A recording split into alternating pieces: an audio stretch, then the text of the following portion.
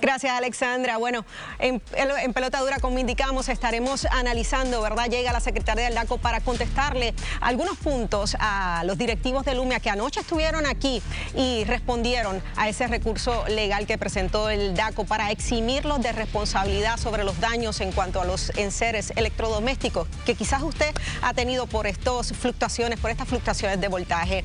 Además, hablamos y analizamos los efectos que pueda tener el que se hayan detenido las conversaciones entre el gobierno y New Fortress, sí, la compañía que provee gas natural a Puerto Rico, una de las principales. Hablamos sobre eso. También en exclusiva llega el dueño de Physician Correctional a nuestros estudios junto a su abogado para hablar sobre la demanda que presentó contra el gobierno a raíz de la cancelación de su contrato. Y obviamente Jorge Colbert Toro con lo que no te dicen. Con esto comenzamos a jugar Pelota Dura.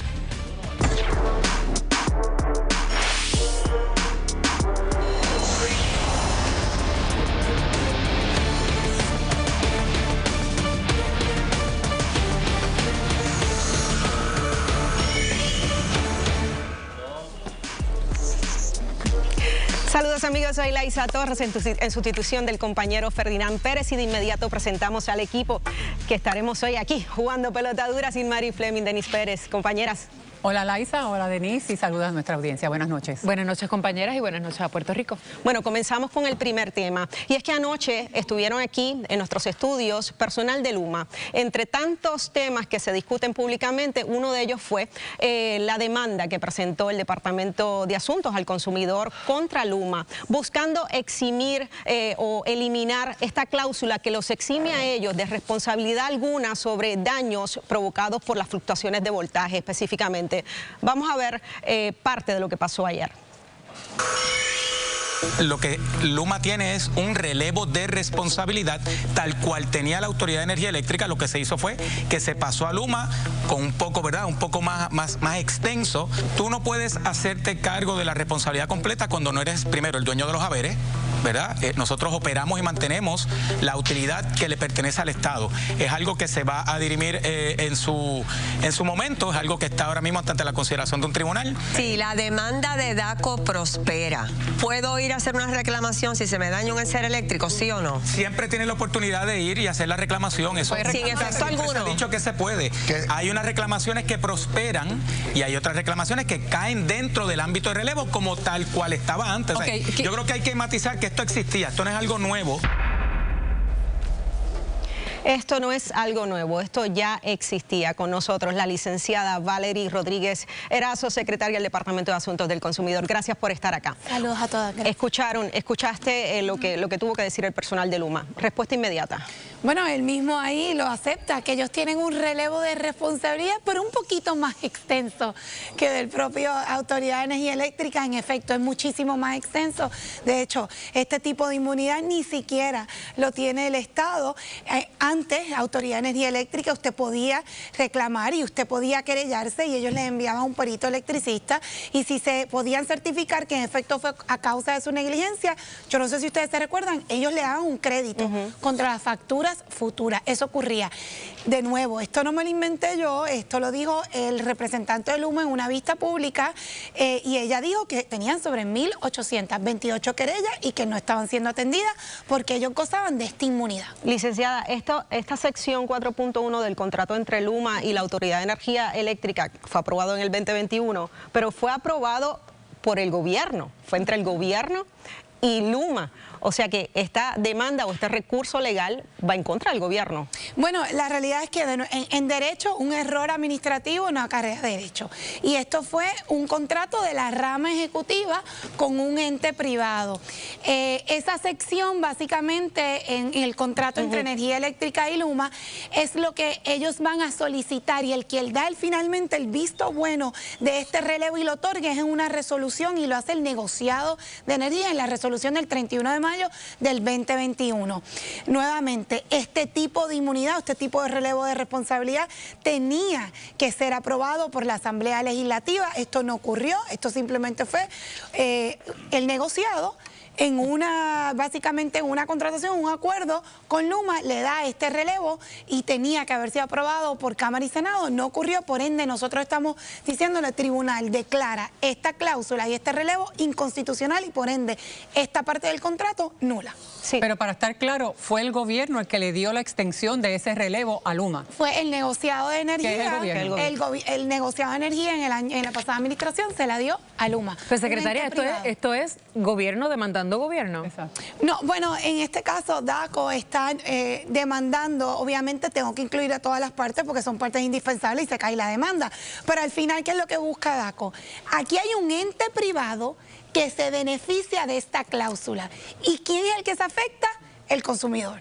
Y por eso la legitimación activa del DACO de poder llevar esto. Pero el negociado entonces falló.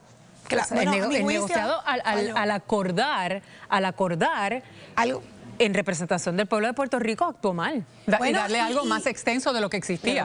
Bueno, y básicamente es una usurpación de poderes, porque actuó como si fuera legislativo. Legisló. Básicamente, exactamente. En ese contrato él legisló, él le dio una inmunidad que solamente puede otorgar la Asamblea Legislativa. Licenciada, este recurso que ayer se presentó, ¿fue consultado antes con el Ejecutivo? ¿Con la gobernadora? Con la gobernadora, claro. Sí, ella sabía. Sí. Yo hablé con ella y le dije la intención de yo tenía de mandar a Luma por daños que ha habido con los consumidores. Y ella dijo todo lo que sea a favor de la gente y bajo que tu ley orgánica te lo permita, hacia adelante. Secretaria, ¿usted tiene una idea de qué % de reclamaciones de las personas que sufren daños por los problemas estos de los apagones prosperan?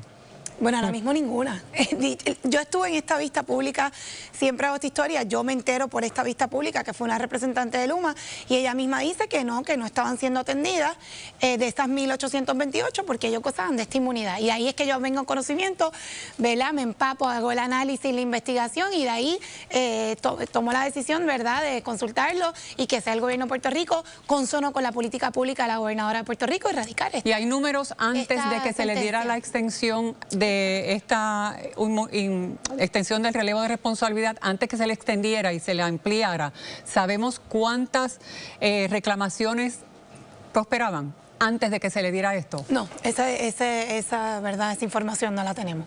Pero sí sabemos, de hecho, hoy mismo hablé con un consumidor que me dijo que bajo la autoridad le había reclamado y le tomó un año, pero que en efecto la autoridad le dio un crédito porque perdió una nevera, en este caso era una nevera, por los apagones. Y se pudo certificar que en efecto fue negligencia de la autoridad y ellos respondieron. Lo que pasa es que para que eso ocurra, secretaria, la gente tiene que contratar perito. O sea, cuesta más el perito que la nevera. Bueno, o sea, en su momento, es como un pequeño, tú sabes, hay una desconexión entre realidades pero aquí. Cuando era la Autoridad de Energía Eléctrica, usted tenía la opción de usted contratarle y que hiciera un informe, pero la autoridad, si no, le enviaba un perito de la autoridad.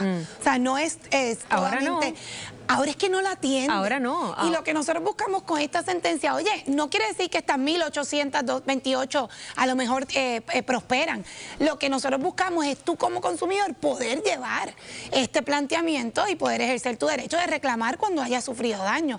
Y usted tiene que probarlo, ¿no? Y le estarían eliminando, ustedes buscan eliminarle el relevo de responsabilidad absoluto a Luma. Pues claro, porque es inconstitucional. Si ellos querían este tipo de relevo, tenían que acudir a la rama legislativa y tenía que haber sido legislado, cosa que no ocurrió. ¿Hay alguna fecha para el progreso de este recurso? Bueno, en el día de hoy fueron emplazadas las partes, ellos tienen ahora 30 días para contestar, ya Cámara y Senado dijeron que se iban a unir, iban a radicar un amicus curiae, me imagino que esto estará pasando próximamente, y nada, hay estrategias en litigio que uno puede utilizar para acelerar el proceso. Sabemos que esto probablemente llega al Tribunal Supremo de Puerto Rico, pero nuevamente, yo creo que aquí la política pública de la administración es clara, aquí hay que hacerle valer los derechos a la gente. Llevamos 4 años de una corporación que lleva recibiendo miles de millones de dólares en fondos federales y en fondos locales. Es hora que ellos tengan que responder como cualquier otra compañía en Puerto Rico, como lo hace el Estado, como lo hace el gobierno, que responda.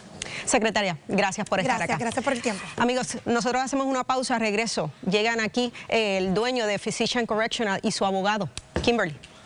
La pregunta es, ¿qué tendrán que decir? Porque ellos van a romper el silencio y vienen aquí a jugando pelota dura sobre esta pugna en contra del gobierno. Entérese aquí. Además, el gobierno da paro a importante negociación energética. ¿De qué se trata? Quédese pendiente porque esto se va a poner bien caliente y bien bueno. De regreso a Pelota Dura. Bueno, aseguran que fue por discrimen político. Hablamos de Physicians Correctional, empresa que tenía contratos con el Departamento de Corrección y Rehabilitación, pero el gobierno se los canceló. Vamos a pasar con Jorge Colbert Toro para un análisis, un recuento de todo lo sucedido en Lo que no te dicen.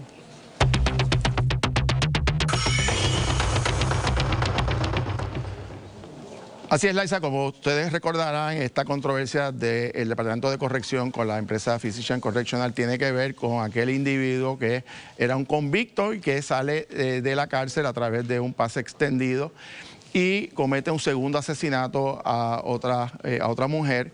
Y empieza toda una controversia que ya está en los tribunales sobre quién es el responsable o quién debe responder por lo que evidentemente fue una negligencia. Pero para saber dónde estamos al día de hoy, luego de que el secretario de Corrección, que lo anunció aquí en este programa, que iba a iniciar el proceso de cancelación o notificar el proceso de cancelación a la empresa a su vez contesta también en términos de que está pidiendo que se paralice todo el proceso y que no procede una cancelación en 30 días como ha hecho el secretario. Pero vamos a ver dónde es que está en este momento esta controversia. Ustedes recordarán, obviamente los protagonistas de esta controversia. En este momento el gobierno de Puerto Rico está buscando la cancelación del contrato. Ya ejercieron esa notificación de cancelación en 30 días, alega que la empresa Physicians Correctional incumplió con el contrato y que expuso al gobierno al soltar un convicto o tener un grado de responsabilidad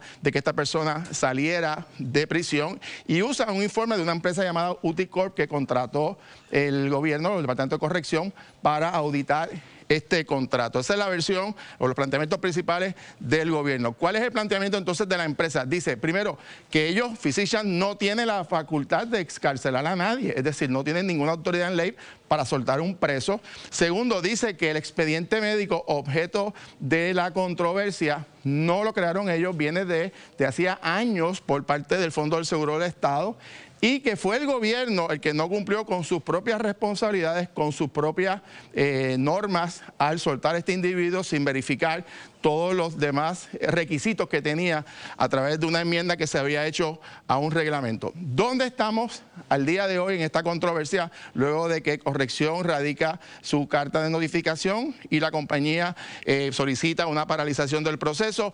Se está esperando por una fecha para la vista en el tribunal, como se ha solicitado la empresa. En segundo lugar, han solicitado que se paralice la cancelación del contrato y cualquier proceso de licitación, es decir, de estar buscando otras compañías cuando todavía, para los efectos legales, el contrato sigue vigente. Esa es la posición de la empresa, y ha surgido una última controversia en estos días de un caso de un allegado del presidente de la empresa en la Corte Federal, que el gobierno, en una moción reciente en las últimas horas, ha utilizado, según el gobierno, como una de las razones de peso para proceder con la cancelación del contrato, una moción que radicó ante el tribunal. ¿De qué se trata? ¿Cuál es la posición de esta empresa con relación a estos últimos acontecimientos? Están aquí precisamente el presidente de la empresa y su abogado, y para esa discusión pasamos con Laisa.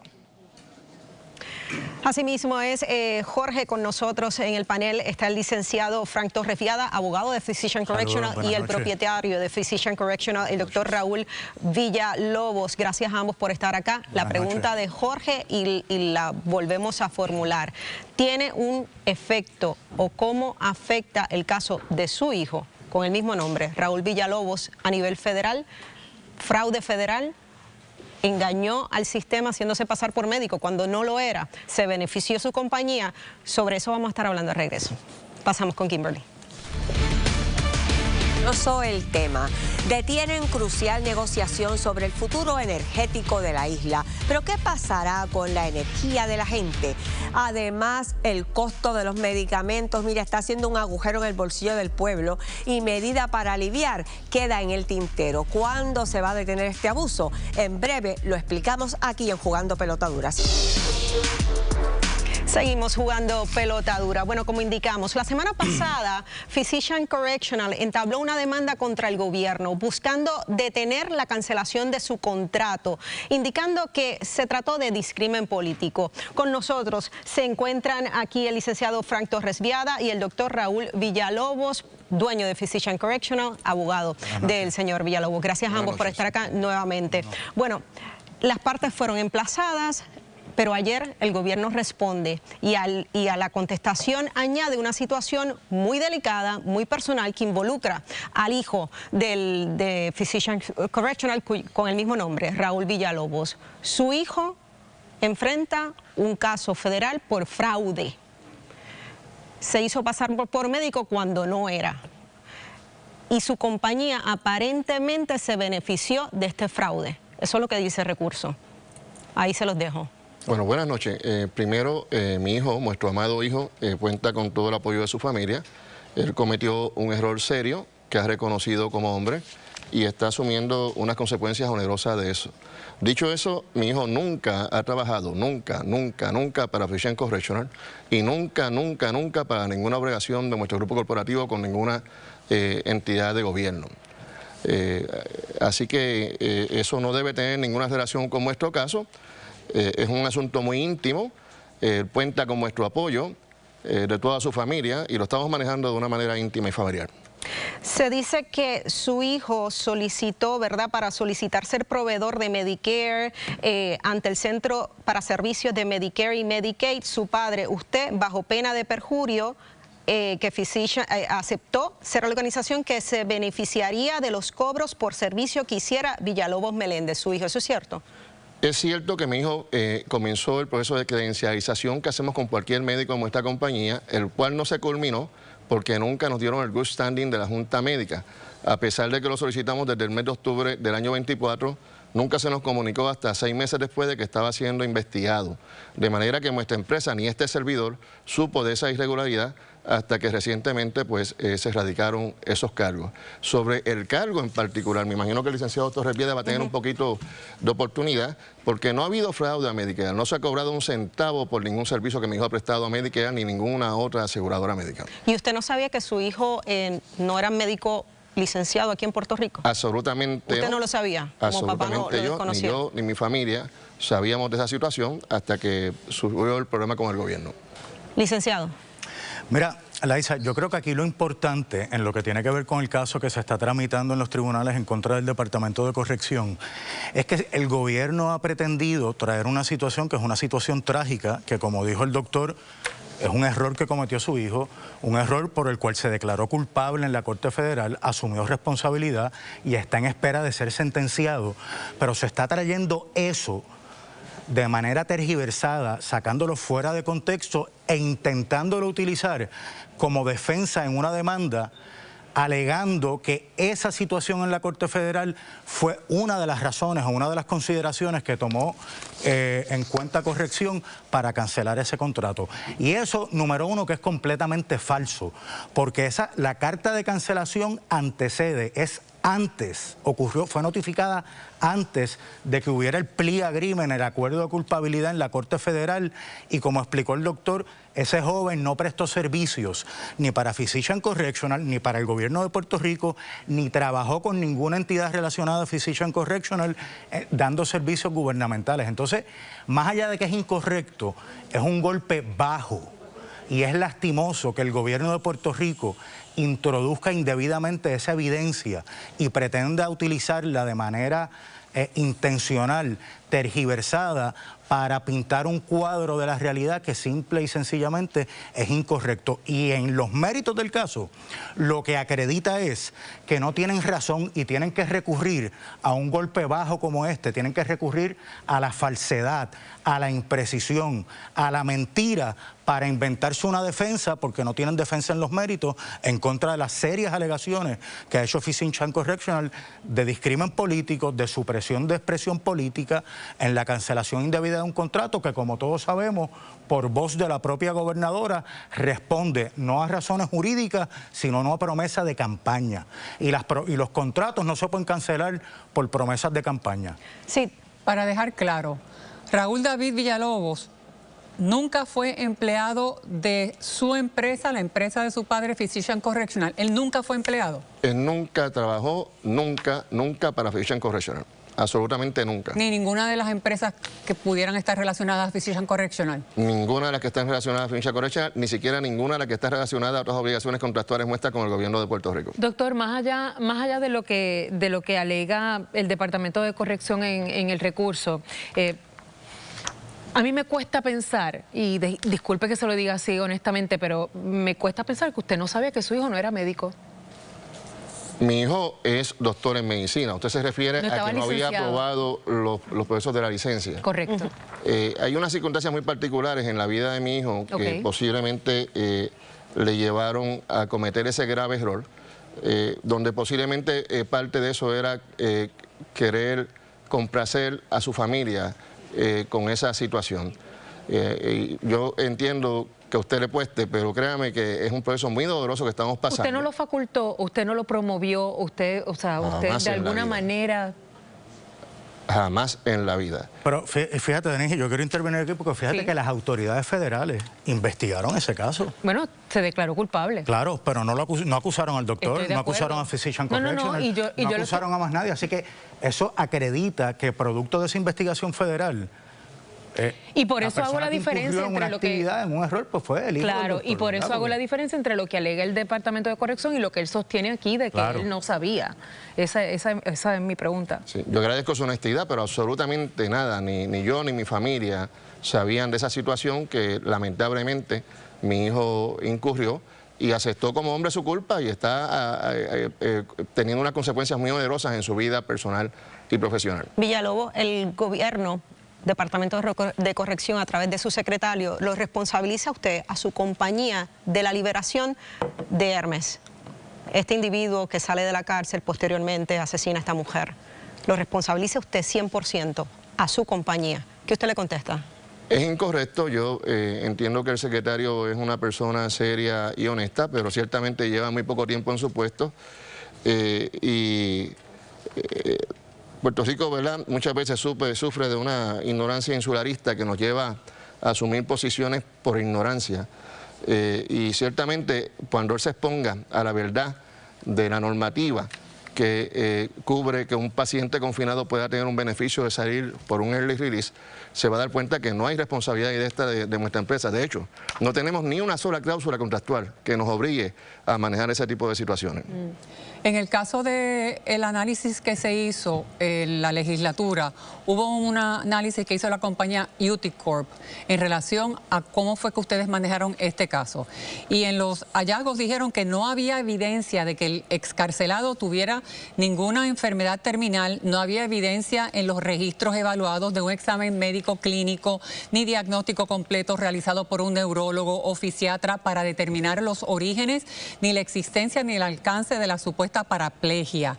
Entonces, ¿cómo con esto, este análisis que hace esta compañía, pero quiero que me conteste Villalobos, ustedes pueden decir que no tienen ninguna responsabilidad de lo que ocurrió para la excarcelación de este confinado cuando ustedes eran las personas que tenían que hacer ese análisis? Se me advirtió que el tiempo aquí es breve y sabemos que la televisión es breve, pero ciertamente el Departamento de Corrección padece de un marco un poco rudimentario en términos de establecer sus normas, sus protocolos, sus formularios. Y para poder liberar a un confinado por razones médicas existen dos preceptos. Uno que viene de la Ley 25, que es para SIDA y enfermedades terminales, y otro que surge del Reglamento 9242 del 2020, que emana de la Ley de Reorganización del 2011 del Departamento de Corrección. Son cosas diferentes. Nunca nuestros médicos evaluaron a este paciente, como han mentido muchas personas, ni por SIDA, ni por enfermedad terminal, ni por pronóstico corto de vida. Se evaluó por unas condiciones fisiológicas limitantes y es por eso que se recomendó, con ese robusto expediente que había del Fondo de Seguro de Estado, con el examen físico que hizo el médico evaluador. Pero nunca tuvieron un neurólogo ni un fisiatra que evaluara que esta persona tenía paraplegia. Déjame intervenir. Yo te voy a decir lo que no dice ese informe de la mayoría del Partido Popular. No, este es un informe de Uticorp. De Uticorp, que lo recogieron en las vistas y lo que sí es la realidad y que se recoge en el informe de minoría suscrito por Tomás Rivera Chatz. ¿Sabes lo que no dice Uticorp? Que Uticorp, para rendir ese informe, no examinó los expedientes del Fondo del Seguro del Estado, que son los expedientes fundamentales. Y tú sabes lo que tampoco dice... Pero es que el Fondo del Seguro del Estado no es quien autoriza que esta persona saliera. Claro, pero el expediente médico con 41 médicos, los cirujanos, los neurocirujanos, los neurólogos, son los del Fondo del Seguro del Estado. Y tú sabes, y los expedientes que examinaron ellos son los del Fondo del Seguro del Estado, además de los exámenes médicos propios que le hicieron. Pero tú sabes nunca tampoco, le hicieron una evaluación. Sí, se le hicieron. Y tú sabes lo que ellos, tampoco... está diciendo que no lo hicieron. Uticorp, mira, pues claro, Uticorp dice de eso, pero ¿sabes lo que tampoco dice Uticorp? Que no examinaron los expedientes del fondo porque tenían contratos con el Fondo del Seguro del Estado y tenían un conflicto de intereses insalvables y no hicieron la evaluación transparente, completa, comprensiva que tenían que hacer para no echarle la culpa al Fondo del Seguro del Estado. Y aquí tienes nuevamente el propio Estado fallando en lo que tiene que hacer y echándole la culpa, tú sabes, a una entidad privada. En este momento hay un nuevo secretario, pero esta también era la versión de Ana Escobar, de la pasada secretaria de Corrección. ¿Ustedes vislumbran sentar a Ana Escobar en este caso? Mira, nosotros todavía estamos evaluando, estamos en espera, número uno, de que se señale una vista evidenciaria y estamos evaluando, una vez se señale esa vista, cuál va a ser la prueba testifical que vamos a desfilar. Es una posibilidad, entre otros testigos que van a declarar. ¿Y las 8 personas que ella destituyó, que ahora de hecho están regresando al departamento? Claro, mira, eso es una admisión de culpa del propio Departamento de Corrección. Physician Correctional no libera a nadie. ¿Por qué tú te crees que votaron 8 empleados del Departamento de Corrección? Porque alguien tenía que caer. Bueno, alguien tenía que caer, pero es evidente que los que hacen el análisis no necesariamente tenía que caer la persona que tenía que caer. Mira, los que sueltan a un preso son los oficiales del Departamento de Corrección. Physician Correctional no tiene autoridad en ley para excarcelar prisioneros. Punto sencillo, se acabó. Ellos son los que hacen la evaluación. La evaluación de uno de muchos otros criterios. Pero ¿sabe otra de las cosas que encontró el informe de Uticorp? Que pudieron evidenciar que existía un mismo patrón de inconsistencias, omisiones y falta de información, al igual que hubo en el caso de Hermes Ávila. Y de todos los confinados que fueron excarcelados, solamente 3 cumplían con los criterios de la ley. Pues vamos a ver cuando Uticorp y la presidenta de Uticorp se siente y esté sujeta al examen de los abogados bajo juramento, si eso que aguanta el papel lo aguanta su testimonio en corte, porque ¿sabes qué? Los criterios que evaluó Uticorp para hacer ese informe son los mismos criterios y los mismos estándares de cumplimiento del National Council of Correctional Health, que le otorgó, después de esa carta de Uticorp, el galardón máximo y la certificación máxima de calidad y de cumplimiento, la única y la primera en la nación americana, a Physician Correctional. Pero llegó justo cuando bajó la demanda. Llegó justo cuando bajó la demanda. Luego de 7 años de trabajar. Llegó cuando tenía que llegar. Licenciado, próxima fecha donde se atiende este caso. Estamos en espera de que la jueza señale una vista y una vez la tengamos, pues oportunamente la comunicaremos. Doctor, licenciado, gracias. Gracias por estar acá jugando pelota dura. Bueno, luego de la pausa hablamos del futuro de nuestro sistema energético con la paralización de las negociaciones entre New Fortress y el gobierno. Kimberly. Laisa, lo siento, pero se le acabó la paciencia al gobierno con New Fortress y le dan paso culminante. ¿Qué ocurrió? Usted se va a enterar aquí. Además, insostenible el costo de medicamentos en Puerto Rico. Ferdinand se tiró a la calle para vivir la odisea que sufre el paciente y usted no se puede perder lo que él encontró. Y levantan bandera ante fin de semana largo. En riesgo la salud y la seguridad del pueblo en las playas del país. ¿Qué es lo que está ocurriendo? Usted se entera solo aquí. Ahora paso contigo, Denise. Adelante. Gracias, Kimberly. Y jugando pelota dura se va de weekend para el sur. Este 1 de agosto, acompáñanos en el paseo Atocha en Ponce. Comparte con Ferdinand Pérez y todo su equipo de Jugando Pelota Dura en todas nuestras plataformas. Disfruta todo el día con nosotros de programación en vivo de Jugando Pelota Dura radio y televisión y conoce todo lo que tiene que ofrecer el sur de Puerto Rico. Y en la noche, déjate llevar por la elegancia de la ventana al jazz desde la Perla del Sur. Te invita el municipio autónomo de Ponce, copresentado por Cámara de Comercio del Sur, Lotería Electrónica y Lotería de Puerto Rico. Tú vas, yo voy.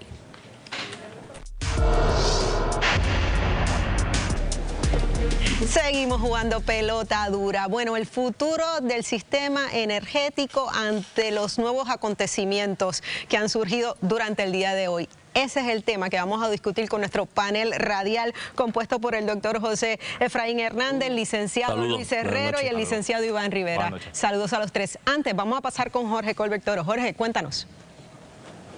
Así es, Laisa. Bueno, la controversia del gobierno contra la empresa New Fortress cambió hoy dramáticamente. Ustedes saben que llevamos varios días explicando el cambio de cartas y las controversias.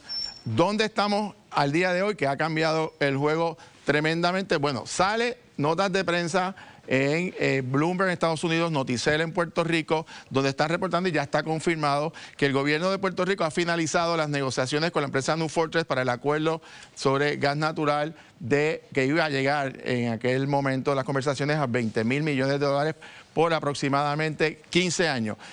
¿Cuál es la situación en este momento? El gobierno canceló las negociaciones con la empresa. Según explican los medios noticiosos, Noticel y Bloomberg informa que han culminado esas conversaciones. La empresa PPO, que es la que se contrató como ente externo para evaluar toda esta propuesta, dicen que es que no estuvieron de acuerdo con las enmiendas que se le presentaron luego de aquella versión de 15 años y $20.000 millones y que tampoco quieren extender el contrato temporero. Ustedes saben que se dio un contrato para las plantas que se han colocado de manera temporera por una semana. Tampoco aparentemente quieren extenderlo. ¿Dónde entonces estamos y cuáles van a ser los próximos pasos? En primer lugar, informa la empresa y el gobierno de Puerto Rico que han comenzado conversaciones con cerca de 4 empresas que pudiesen sustituir a New Fortress en el suplido de gas natural. Obviamente debe aclararse, y nadie ha dicho, ¿cómo va a ser ese proceso nuevo de licitación? Porque estas conversaciones informales, más vale que ahora se regule y se diga cómo va a ser ese proceso de licitación para que no vengan otra vez los señalamientos de preferencia y de unos tengan ventajas sobre otros. Eso no se ha aclarado. Por otro lado, ¿cuál es la situación con relación al acceso al puerto de San Juan? Porque la empresa New Fortress continúa con el control en el muelle de San Juan. El gobierno de Puerto Rico no ha impugnado, aunque ha hablado mucho, pero no lo ha hecho. Por lo tanto, ¿cuál es la situación de estas empresas en términos de su acceso al puerto de San Juan? Y muy importante, obviamente, si ese acceso a ese puerto va a tener implicaciones sobre los costos o las tarifas. ¿Por qué? Porque eso lo va a cobrar ahora esta empresa New Fortress, le tiene que cobrar a cualquier licitador nuevo y hay que ver si entonces subiría los costos que se habían planteado del pago que se estaría haciendo. Nada de esto se ha explicado todavía, son conversaciones privadas. Lo que significa en esta etapa es que se levantan nuevas interrogantes de cuál va a ser el próximo paso del gobierno de Puerto Rico ante esta controversia. Regresamos con Laisa. Así mismo es, Jorge, nuevas interrogantes y nuevas preocupaciones. Este viernes se vence este contrato de emergencia precisamente con New Fortress, que se extendió algunos días, ¿verdad?, para el suplido de gas natural. Comenzamos con nuestro panel. Bueno, hoy, hace unas horas Osvaldo Carlo da esta información. Se levantan, no hay negociación con New Fortress, vamos a buscar entonces otras compañías.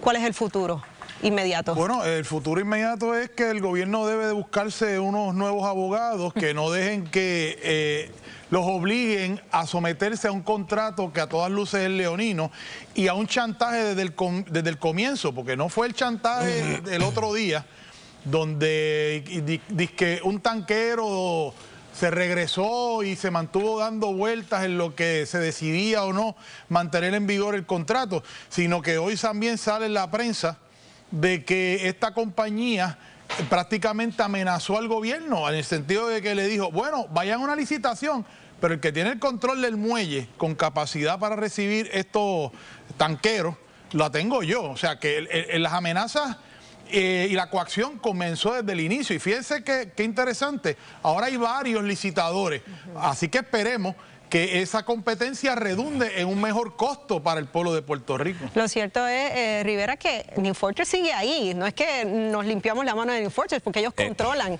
los muelles. Cuando el revolú del barco, y que todo el mundo contento porque el barco regresó y parecíamos a Guaybaná con los indígenas esperando el barco que llegara. La gobernadora estuvo en nuestro programa en A Palo Limpio y la pregunta que yo le hice fue, ok, suenas a que tienes la determinación de cancelar esto. Hay dos cosas que tienes que hacer. O expropias el muelle y expropias la infraestructura del muelle y le pagas el justo valor en un proceso de expropiación, o ellos van a cobrar un fee o una tarifa. Y la gobernadora, cuando yo hice la pregunta, le dio la vuelta, salió para Mayagüez, pero arrancó por Fajardo, dio la vuelta, nunca me contestó. Y eso la ruta larga, tomó la ruta larga. Ahora, aquí, miren, esto de la New Fortress y cuando regresó el barco, hablábamos la semana pasada aquí que la decisión de que el barco regresara se tomó desde Estados Unidos, fueron decisiones que no se tomaron aquí. La información que yo tengo es que aquí hay gente de las grandes ligas a nivel federal peleando por este asunto y por eso es que la Junta de Control Fiscal manda la carta de cancelación. Y ayer Jorge aquí en este programa trajo un anejo de una de las comunicaciones y hay una cosa que a mí me preocupa. En ese anejo de esa comunicación se habla que el SAR de energía estuvo presente en reuniones con esta gente del comité independiente que evalúa el asunto de la contratación. Y eso no huele bien. Eso no huele bien. Y señores, si aquí hay gente a nivel de Washington presionando con esto, la política aquí en Puerto Rico a veces nos disparamos con pistolitas de agua. Allá no, en Estados Unidos tiran con misiles. Y aquí yo creo que va a haber gente que va a salir bien tranquila al final del camino con este tema. ¿Cuáles son esas grandes ligas? A nivel congresional. Porque la gente habla, a nivel congresional, de gente de las multinacionales a nivel como New Fortress y otras que están interesados en esto tienen sus respectivos congresistas y sus respectivos congresistas que llaman a jefes de agencia federal y le dicen tienes que adelantar tal más cual. Aquí hay cabilderos envueltos.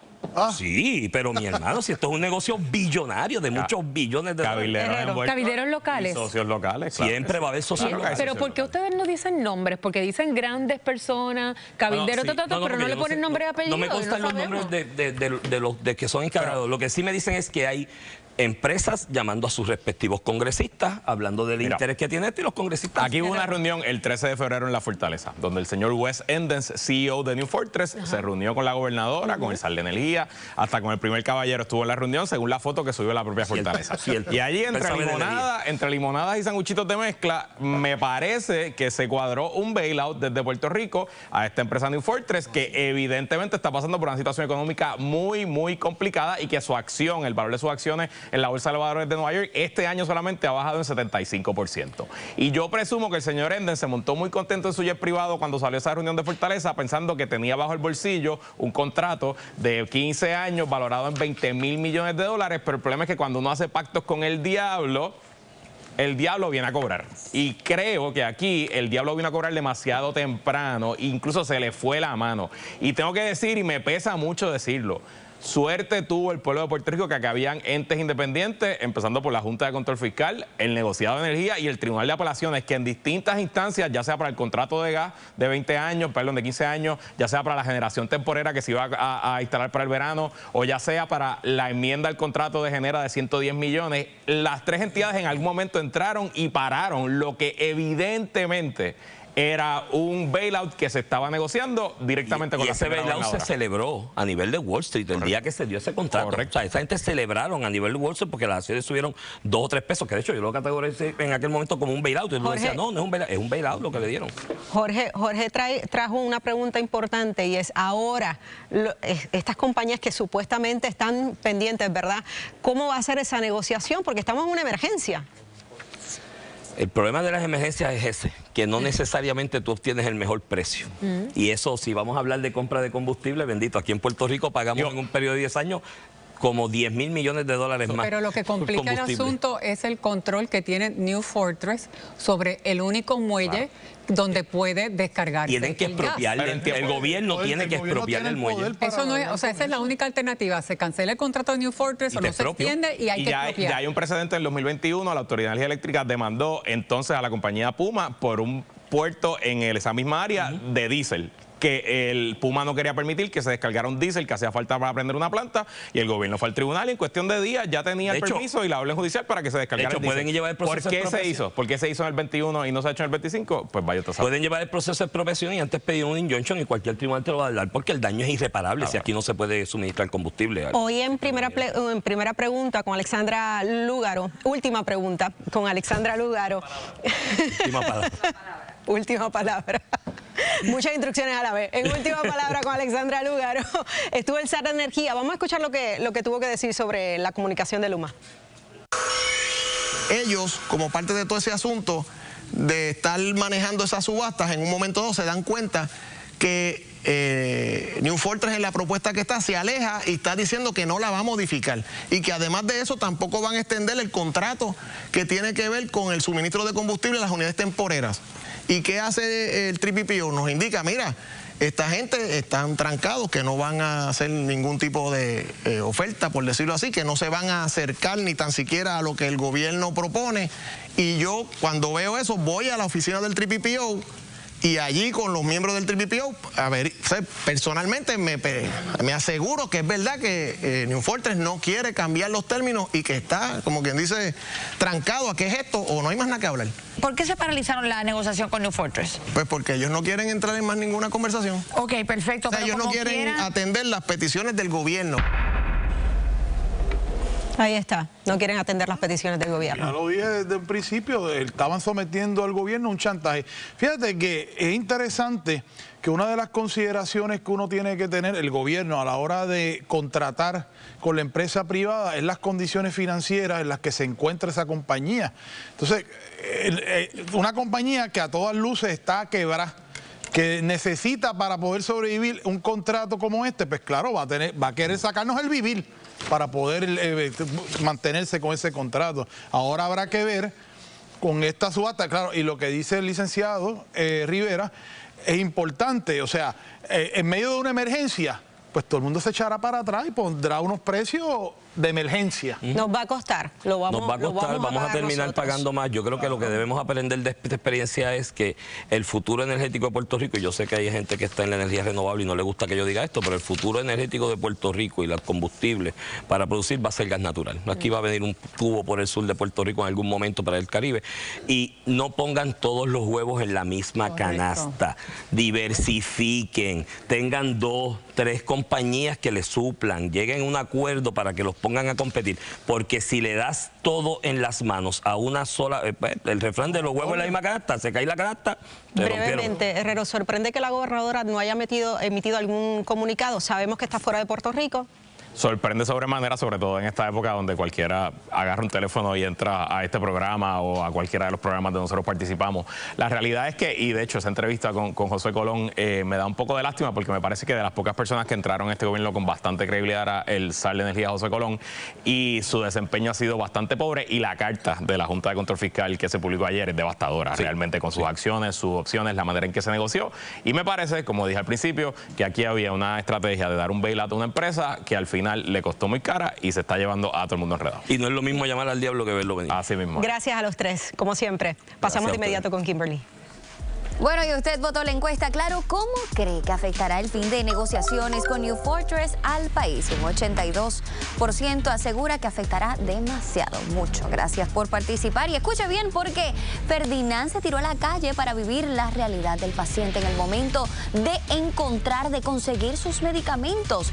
¿Dónde está el alivio para el pueblo? Usted no se puede perder lo que él encontró. Además, ojo, al fin de semana largo advierten sobre una peligrosa bacteria en algunas playas del país. ¿De qué se trata? Le damos todos los detalles solo aquí en Jugando Pelota Dura. Usted no se lo pierda. Bueno, seguimos jugando pelota dura. Ferdinand Pérez se lanzó a la calle para conocer cómo están los precios de los medicamentos que usted y yo pagamos. Vamos a ver. Bueno, mis amigos, por años llevamos analizando la crisis que hay en todo el sistema de salud. Por un lado, los costos de los medicamentos, por otro lado, la falta de médicos, el atraso en las citas médicas, lo difícil que es coger un especialista. Todo eso lo habíamos discutido, pero nunca nos habíamos ido a una farmacia a hablar con un experto para ver la odisea, ¿verdad? ¿Qué es lo que hace la gente para poder adquirir los costosos medicamentos que tiene que adquirir para poder salvar o prevenir y mantener su salud en perfectas condiciones? Bueno, quise invitar al farmacéutico y doctor Noel Santiago. Doctor, gracias por recibirnos. Gracias a ustedes. Conversemos algo un poco. Todos los grupos que hay. Están las personas que tienen la tarjeta de salud del Estado. Efectivamente. Están los que reciben el Medicaid. Efectivamente. Están los que tienen un programa de salud, pero no le cubre medicina. Eso es así. Hay otros que tienen plan médico con medicina full. Y está el que no tiene nada. Y el que no tiene nada. El que no tiene nada. El que no tiene ningún plan médico. Ok, esta es la famosa góndola, que ahí aquí están los medicamentos que le llaman OTC. Efectivamente. ¿Qué es lo más que la gente puede estar consumiendo o necesitando de estos productos? Actualmente los pacientes lo más que consumen, ¿verdad? Va a depender de la edad que tenga Ferdinand. Muy bien. Por ejemplo, los pacientes, por ejemplo, de edad avanzada van a venir de acuerdo a las condiciones, de acuerdo a esa edad. Okay. Artritis, dolores musculares, problemas al caminar. Y en estos pacientes vamos a ver que vienen a recurrir mayormente a lo que es la parte de analgésicos. Okay. ¿Verdad? Vienen a buscar como acetaminofén, medicamentos para el dolor, como ibuprofén. El tema de la artritis, que es un tema bien El seguido. tema de la artritis, de osteoartritis, que mayormente en pacientes de edad avanzada los vemos. Vienen mucho a recurrir lo que son las cremitas, ¿verdad? Que son, por ejemplo, los ungüentos. De 10 pacientes que te llegan a la farmacia, siempre hay uno u otro que te llega sin plan médico. Definitivo. Siempre. Aproximadamente podemos decir que de 10 pacientes, ya 3 pacientes no tienen ningún plan médico. 30%. Y específicamente, ¿verdad? Estamos hablando de la población juvenil. Y ese tiene que pagarlo acá. Eso lo tiene que pagar. Okay. Ese lo tiene que pagar acá. En el caso de aquellos que necesitan productos, medicamentos más fuertes para condiciones de salud más especializadas, ¿eso podemos ver allá en la farmacia? Definitivamente. Hay condiciones que son más especializadas, como por ejemplo, claro. Pues vamos a entrar. Estamos entrando aquí al área del recetario. Nunca había entrado en un área de esta. Pues bienvenido. Porque esta es un área bien restringida. Esta área es bien restringida. Saludos a todos. Claramente está la ley de farmacia y el reglamento 156. Con relación a la pregunta que me hiciste hace un tiempo atrás, ¿verdad? Hay 3 categorías de medicamentos que en Puerto Rico y, ¿verdad? Y en la nación americana son los pilares en la condición y en lo que mueve la farmacia, que es hipertensión, diabetes, colesterol. Aquí tenemos, ¿verdad? Un medicamento para la presión, ¿verdad? Es un medicamento que es muy común. Medio mundo padece de eso. Medio mundo padece de eso. Esto con una persona que no tiene plan médico, ¿cuánto sería un frasco para un mes? Afortunadamente, Ferdinand, estos medicamentos ya vienen en una forma genérica bioequivalente, que le sale un poquito más económico. Puede ser que un paciente puede estar pagando en una terapia 15, 30 dólares, depende del que le da más o menos para el mes. Que le da para el mes. La gente escoge el bioequivalente o hay mucha gente que todavía quiere. La ley, volvemos otra vez de nuevo. La ley nos dice a nosotros como farmacéuticos que cada paciente que viene aquí le tenemos que ofrecer esa alternativa. ¿Qué prefiere el paciente? El paciente normalmente... Lo más económico. Lo más económico. Normalmente, ¿verdad? Y también lo que el plan médico le cubra. ¿Cuál es el más complicado? Que siempre como que hay una resistencia, quizás por costo. Aquellos medicamentos que son para terapias especializadas. Cáncer, aquellos pacientes, por ejemplo, que requieren terapias de hepatitis, terapias de paramedicamentos que son de pacientes con diagnóstico positivo de HIV. ¿Cuánto sería el costo de un tratamiento básico para una persona que tiene cáncer y no tiene plan médico? Más o menos. Más o menos podría oscilar entre los 3.000 a 5.000 o quizás más. Dame un ejemplo más de otro medicamento que busque mucho la gente y hablemos de costo. ¿Cuál es? Tenemos este medicamento, ¿verdad? Que se utiliza también para la diabetes, que este es un medicamento altamente costoso, ¿verdad? Y cuando el paciente se lo recomendamos, ¿verdad? O que viene el plan médico, tenemos que hacer, ¿verdad? Verificar si el plan médico lo cubre o no lo cubre. ¿Cuánto ha notado usted el incremento de los medicamentos en los últimos años? Usted lo puede registrar, lo puede ver. Ha habido un incremento constante todo el tiempo. Ha aumentado. ¿Les preocupa a ustedes que esto siga? Nos preocupa grandemente, ¿verdad? Porque muchos de los pacientes tenemos varios grupos. Aquí está el primer grupo, que es el paciente que es de reforma o vital, pues claramente más el plan le cubre full. Como primera alternativa. Ese es el plan que más cubre ahora mismo, ¿no? Prácticamente sí. Es una realidad. El incremento en los costos de los medicamentos le está haciendo un boquete a los bolsillos de la gente. Definitivamente. Una de los medicamentos que más la gente busca es el tema de la tiroides. De hecho, José, uno de los productores nuestros, que lo cogí aquí de forma improvisada. José, ¿tú tomas medicamentos para qué? Yo tomo Synthroid para el hipotiroidismo. ¿Y tú no tienes programa de salud ni plan médico? No tengo plan médico. ¿Qué tú haces? ¿Cuánto te cuesta cada vez que vas a conseguir este medicamento? Mensualmente yo me gasto de 60 a 70 dólares con el Synthroid para poder cubrir mi tratamiento. En el caso del joven que tenemos aquí, la población joven, ¿verdad? Muchas veces pues trabajan, con el caso de usted, que me imagino que usted trabaja por contrato, que no tiene un plan médico y usted posiblemente no cualifica para lo que se conoce como el plan Reforma o Vital. Claro. Usted tiene que pagarlo por su costo. Pues sí, realmente ese medicamento puede estar oscilando entre esos costos. Ok, quiero entrar ahora un poco en el funcionamiento de la farmacia. O sea, yo entrego la receta y cuáles son los pasos que se tienen que dar. Vamos a ver. Ese es el procedimiento para... El procedimiento regular para recibir una receta de un paciente. Ok. ¿Cuáles son los pasos? La paciente entrega la receta, verificamos siempre la receta que tenga el nombre, la dirección, si de ser controlada, ¿verdad? Necesita dirección física, la fecha, que es bien importante y que esté firmada por el médico. ¿Y de ahí tienen que hacer una corroboración con el plan o todavía no? Todavía no. En ese caso le preguntamos a la paciente la información, que en este caso sería la dirección física. ¿Y si ella le dice que no tiene plan médico, qué ocurre? En ese caso le notifico que le puedo dar el precio del medicamento, dependiendo del medicamento. Antes de pagar o de comprar, usted dice, mira, vale tanto tanto. ¿Le ocurre a menudo? Muchas veces. Muchas veces. ¿Y qué hace la gente? ¿Raciona el medicamento? Dame este sí, este no. Sí, muchas veces ellos escogen medicamentos. Pues mira, dame este que es más importante. Exacto, si no, dame 10 tabletitas de y las otras las vengo a buscar luego. Muy bien. Bueno, señores, seguimos informando. Vamos a buscar más información o más detalles específicamente de cómo siguen incrementándose los costos y la necesidad que tiene la gente de tener un buen plan médico que lo ayude o un programa de salud que lo ayude. Seguimos con más. Gracias, Ferdinand. Definitivamente una realidad que se vive en Puerto Rico, los altos costos de los medicamentos. Y sobre este particular hay un proyecto del Senado, ¿verdad?, que pretende eximir del pago del IBU a medicamentos para esas personas mayores de 65 años.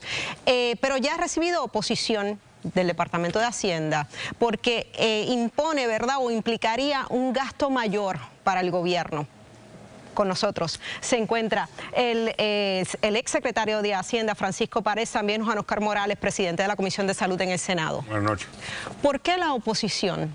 Mira, ayer celebraron una vista pública sobre el proyecto 252 que radicaron varios senadores, unos senadores de distrito y otros de acumulación, donde lo que propone, lo que tú has dicho, a personas mayores de 65 años, eliminarle el IBU en medicamentos no recetados. Exacto, el punto, no recetados. Hay una realidad, Laisa, y es que el poder adquisitivo de nuestros envejecientes, lo que reciben Seguro Social, no les da. Y los envejecientes deciden un mes si compran un medicamento o compran otro. Y este proyecto yo creo que es un proyecto loable, un proyecto bueno, pero lamentablemente el impacto que tiene para el fisco comienza, el análisis que ha hecho la OPAL, va a tener un impacto de 174 millones el primer año, hasta 200 millones en los próximos años.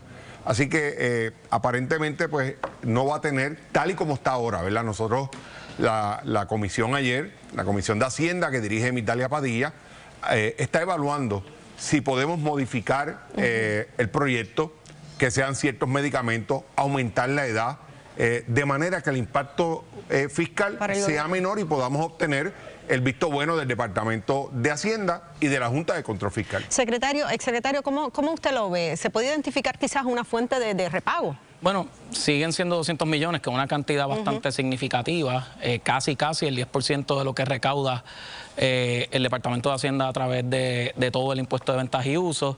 Y las lecciones también nos señalan que el tú eliminar el IBU en una partida o reducirlo no necesariamente va a atender ese costo que va a asumir el paciente o el consumidor a la hora de adquirir esos productos. Pasó con los alimentos preparados, donde muchos comerciantes ajustaron sus precios una vez aplicó la reducción del IBU en alimentos preparados. Así que yo entiendo que incluso la medida no va a atender lo que va a ser el costo que al final del día va a terminar pagando el consumidor, en este caso paciente. Exacto, sí. Y precisamente, más de enfocarnos en, por ejemplo, en los medicamentos sin receta o los llamados OTC, no acabamos de realizar un proyecto para regular los PBMs.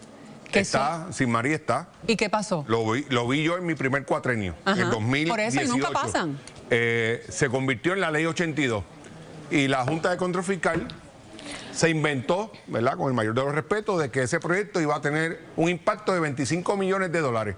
La juez del Tribunal Federal lo paralizó, no la derogó la ley, sino que la paralizó, pidió una serie de estudios actuariales y el tiempo me dio la razón. El estudio actuarial decía o dice que el impacto solamente son 2 millones de dólares. Para que las personas entiendan qué es lo que son las PBM y qué es lo que haría el intermediario. El intermediario que se utiliza, que es el que decide al final del día el precio. El precio y si yo le otorgo ese medicamento al paciente, porque el médico le da la receta, pero el PBM al final del día es el que decide. Olvídense del criterio médico. Ven el costo. Si pues eso es lo que tenemos que regular y no enfocarnos en cosas pequeñas. No. Ahora, las OTC, a los de Medicare se los regalan ahora, los planes médicos. Claro, pero no todos, ¿verdad? No todos. ¿Se puede conseguir algún remedio, alguna alternativa? Yo quisiera ver a un secretario de salud que esté más envuelto en estos tipos de discusiones que en la cancelación o renovación de contratos y los cuestionamientos administrativos que se han traído a su gestión. Hay unos centros llamados los famosos centros 330 y estos centros 330 tienen unos beneficios contributivos a nivel federal que le permiten reducir el costo de adquisición de medicamentos. Yo desearía ver un departamento de salud que traiga una cohesión para poder maximizar esos beneficios que tienen estos centros 330 y que ellos de alguna manera puedan ayudar a que las personas tengan acceso a estos medicamentos de una manera más barata, pero si seguimos distraídos en estos asuntos administrativos estériles, pues ciertamente no fomenta. Una recomendación al autor de la medida, Jafi Santos, el senador de Guayama, es que pueda evaluar si es posible llevar esto hasta las droguerías. O sea, que a la línea de distribución que se utiliza para ver qué alivios le podemos dar a la droguería, que a su vez tenga el resultado de menos costos al paciente. Al bolsillo del consumidor. Y en República Dominicana los precios de los medicamentos es básicamente una chavería al lado de lo que los venden. Mari, la gente está yendo a Colombia a buscar medicamentos de diabetes, esa es la verdad. Definitivamente. Senador, gracias por estar acá y hablar de este tema tan importante. Vamos a pasar con Kimberly. Laisa, levantan bandera ante fin de semana largo en riesgo, salud y seguridad del pueblo en las playas del país. ¿Qué es lo que está ocurriendo? Usted se entera aquí, no se lo pierda. Con el fin de semana tocando a la puerta, la policía y el Departamento de Recursos Naturales enfrenta un panorama complicado en términos de seguridad. La amenaza del ausentismo masivo o green flu en el cuerpo de vigilantes para este fin de semana, sumado a la escasez de policías, con numerosos agentes ya jubilados y otros ausentes mientras agotan licencias de vacaciones y enfermedad, podría provocar un crítico problema de seguridad en las calles. ¿Cuáles son los planes para este fin de semana? Este fin de semana vamos a salir, la vamos a pasar muy bien, estamos en todos los festivales, las fiestas patronales, todo bien. ¿Vas para la playa? Claro que sí. Sí, de día y de noche. Desgraciadamente no puedo ir. Sí. ¿No te preocupa que no hayan policía? No mucho, que me tengan miedo a mí. Pienso que sí, deben implementar más control de seguridad para que las mujeres así que vienen solas se sientan más seguras. Pero la seguridad no aparenta ser el único problema, ya que el más reciente informe del programa de monitoría de playas del Departamento de Recursos Naturales reveló que estas playas no cuentan con los estándares de calidad por sus altos niveles de enterococos y también de E. coli. Además, preocupan el riesgo moderado de corrientes marinas que se podría esperar para este fin de semana. ¿Sabía usted que esta playa no es apta para bañistas?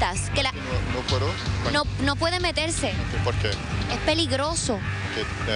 No sé por qué. No soy de aquí, pero dime por qué. Porque hay corrientes. ¿Usted ve esas corrientes? Esas olas. That waves. They're dangerous. Okay. ¿Sabes cuáles son las playas que son seguras? No. ¿Sabes cuáles son las playas que están contaminadas? No, y entiendo que el gobierno debe hacer mejor trabajo de informar a la gente, especialmente a los turistas y la gente que son de aquí, para su seguridad.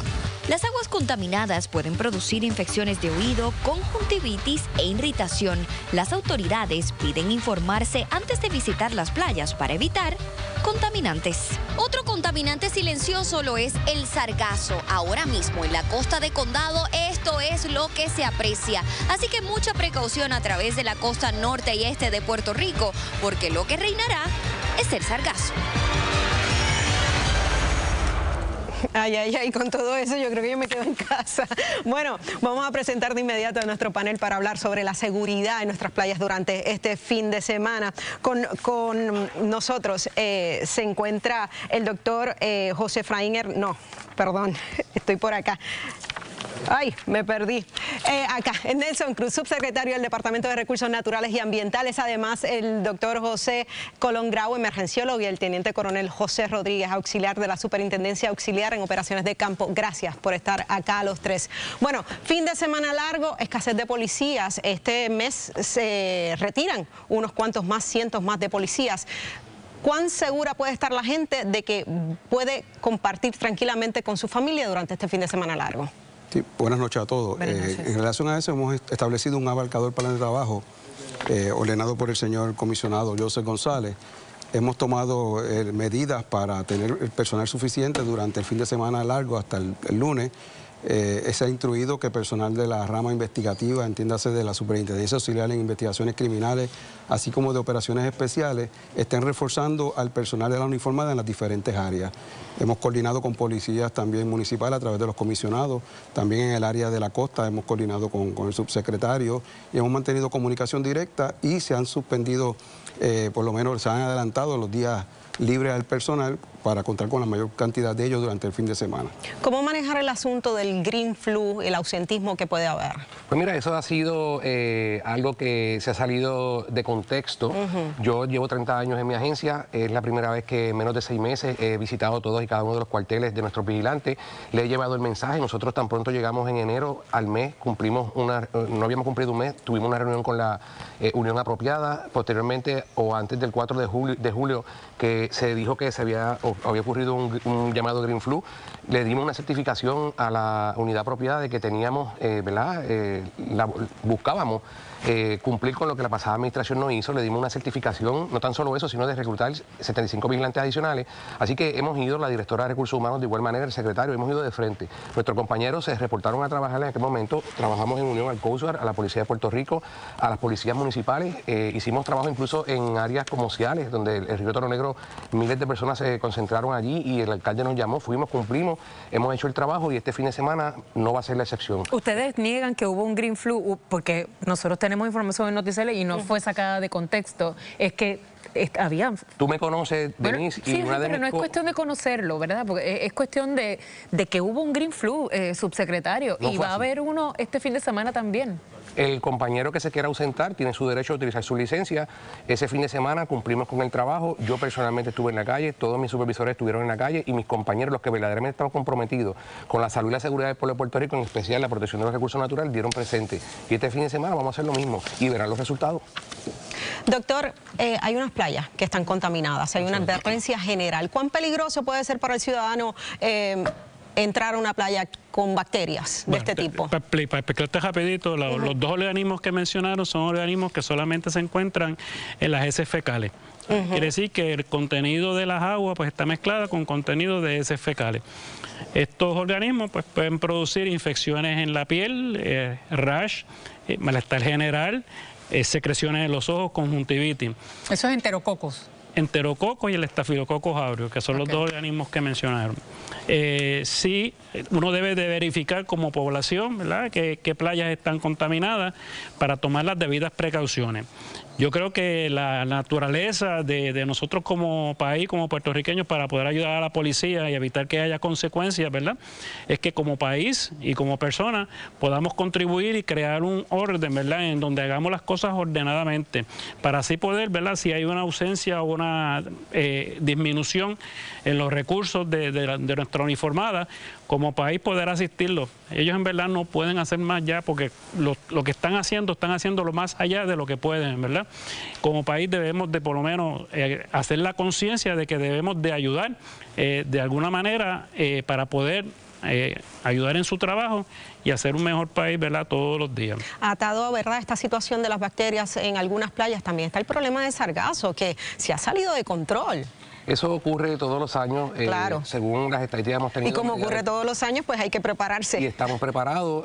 Yo les puedo decir que hay áreas como, por ejemplo, el balneario de Guánica, el balneario de Boquerón, el balneario de Dorado, el balneario de Vega Baja, Vega Alta y el balneario de Luquillo están libres de sargazo. Son balnearios que tienen personal de nuestra agencia. Recibimos personas en el fin de semana del 4 de julio y no va a ser la excepción este fin de semana. Estamos preparados y invito a las personas que estos balnearios están seguros, tenemos la seguridad, tenemos los salvavidas y estamos disponibles para recibirlos de manera segura. Pero la situación del sargazo este año en particular ha sido más grave de lo que ustedes anticipaban. Claro, y la directora de Turismo, en unión al Departamento de Recursos Naturales, nuestro secretario Waldemar Quiles, lograron establecer un acuerdo sobre $2 millones para adquirir unos equipos adicionales y poder atender el asunto.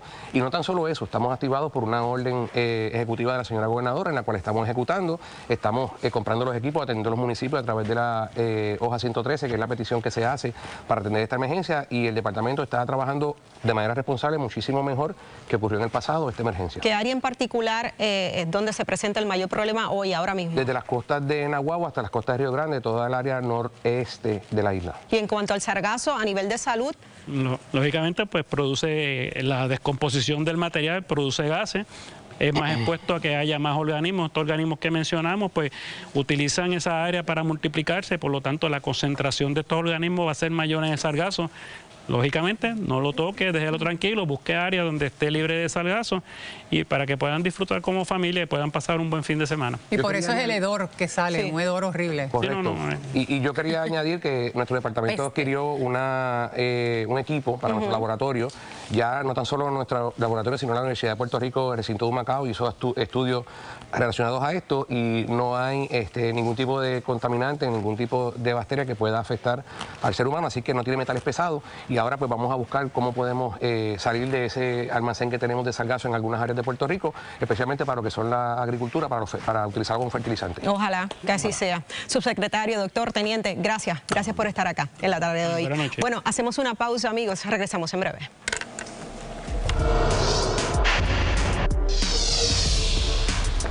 Bueno, amigos, hasta aquí nos trajo el barco. Temas interesantes, hablamos de energía, hablamos de Physician. Oye, ¿qué va a estar pasando con el sistema eléctrico? Esa es la gran pregunta, que no sabemos.